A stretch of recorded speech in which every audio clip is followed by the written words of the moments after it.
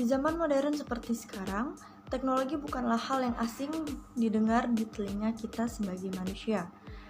Tentunya mengikuti perkembangan zaman, kita semakin mengetahui banyak hal, menggunakan alat-alat teknologi yang semakin canggih dan sangat efisien. Contohnya adalah komputer. Namun apa sih komputer itu? Nah, di sini saya akan membahas apa itu komputer. Komputer adalah seperangkat alat elektronik yang berfungsi untuk menghubungkan komponen satu dengan komponen lainnya, yang menghasilkan informasi dari data yang diolah sebelumnya. Komputer sendiri terdiri atas 3 komponen, yaitu hardware, software, dan brainware. Hardware sendiri terdiri dari perangkat keras seperti CPU, monitor, keyboard, dan yang lainnya. Sementara software itu adalah perangkat lunak dan brainware itu adalah tenaga pengolahnya.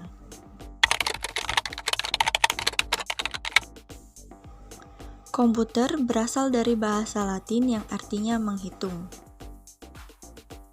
Kata komputer pada awalnya digunakan untuk menggambarkan orang yang melakukan perhitungan atau aritmatika. Pengertian komputer secara umum. Komputer merupakan perangkat elektronik yang terdiri dari beberapa komponen pendukung yang digunakan untuk mengolah data input dan menghasilkan data output yang diproses berdasarkan suatu perintah tertentu.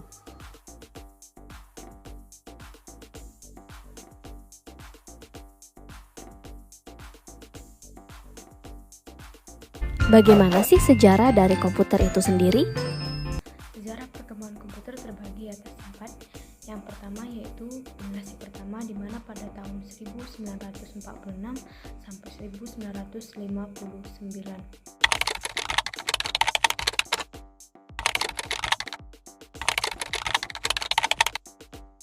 Di mana generasi pertama ini dikenal sebagai gelombang satu komputer banyak orang ataupun satu komputer. Banyak pemakai di era ini ditandai dengan teknologi yang digunakan untuk mulai berkembang pada awal tahun 40-an. Teknologi ini juga mencapai puncak kepopuleran pada tahun 70-an sampai awal 80-an. Namun, seiring perkembangan teknologi komputer pada pertengahan 80-an, bingkai sudah mulai ditinggalkan karena tergeserkan oleh teknologi mini komputer dan komputer pribadi atau PC. Di mana pada generasi pertama memiliki ciri-ciri yang pertama yaitu menggunakan tabung vakum atau tabung hampa udara, sehingga generasi komputer pertama ini memiliki ukuran yang sangat besar. Dan yang kedua, menggunakan mesin sehingga kecepatan kerjanya sangat lambat dan memiliki memori yang sangat kecil. Dan yang ketiga, untuk menjalankannya membutuhkan panas yang sangat tinggi. Dan yang keempat, kemampuan NIAC hanya dapat melakukan 300 operasi penambahan tiap detik. Dan yang kelima, program hanya dapat dibuat dengan bahasa mesin. Dan yang keenam, menggunakan konsep program memori utamanya adalah multimagnetik penyimpanan. Dan yang ketujuh, prosesnya kurang cepat. Dan yang kedelapan, membutuhkan daya listrik yang besar. Dan yang kesembilan, orientasinya lebih utama pada aplikasi bisnis. Di generasi pertama ini juga memiliki kelebihan dan kekurangan. Di dalam kelebihannya, yang pertama yaitu dapat menghitung data dalam hitungan milidetik. Dan yang kedua, memiliki tabung vakum yang memungkinkan komputer buatan modern.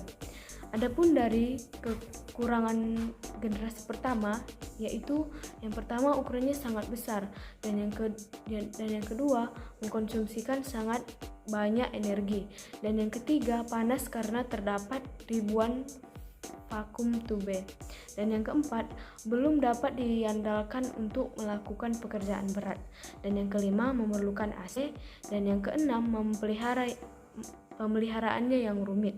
Dan yang ketujuh, biaya produksi yang mahal. Dan yang kedelapan, penggunaannya yang masih terbatas. Dan yang kesembilan, lambat dalam bekerja. Dan yang ke-10, kemampuan pemrogramernya terbatas. Dan yang ke-11, bahasa mesin terbatas. Dan yang ke-12, kapasitas penyimpanan data sangat kurang. Dan yang ke-13, tidak fleksibel dan sulit untuk dipindahkan.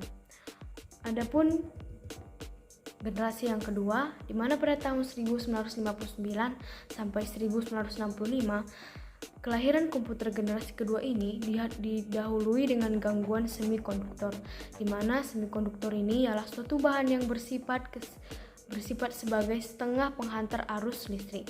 Sebagai penghantar, kemampuannya tidak sebaik tembaga. Bahan semikonduktor ini ternyata bisa dipakai untuk membuat suatu alat yang bernama transistor. Lebih kecil dari ukuran komputer generasi pertama.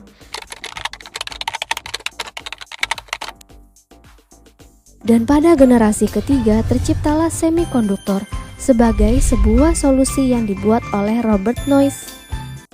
Komputer generasi ketiga pada tahun 1965 sampai 1970. Transistor tetap digunakan pada komputer generasi ketiga karena sebuah chip IC dapat berisi ribuan transistor.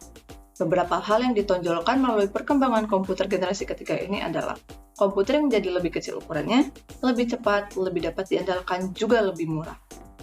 Sekitar pada tahun 1970, komputer generasi ini sudah dapat dibeli di pasaran, walaupun transistor dalam banyak hal mengungguli tube vakum. Namun, transistor menghasilkan panas yang cukup besar yang dapat berpotensi merusak bagian-bagian internal komputer. Di sini ada ciri-ciri dari komputer generasi ketiga, yaitu pertama, komponen yang dipergunakan adalah IC atau Integrated Circuit dan menggunakan MIC atau Monolithic Integrated Circuit. Kedua, peningkatan dari softwarenya. 3, memiliki memori yang lebih besar dari generasi kedua. 4, memiliki kecepatan yang lebih besar dan lebih tepat. 5, memiliki ukuran fisik yang lebih kecil dari generasi kedua. 6, menggunakan penyimpanan luar yang sifatnya random access. 7, penggunaan listrik lebih hemat. 8, memungkinkan untuk melakukan multiprocessing. Multiprocessing sendiri adalah dapat memproses sejumlah data dari sumber yang berbeda pada waktu yang bersamaan, dan multiprogramming yaitu dapat mengerjakan beberapa program sekaligus. 9. Pengembangan dari alat input dan output yang menggunakan visual display terminal yang bisa menampilkan gambar dan grafik.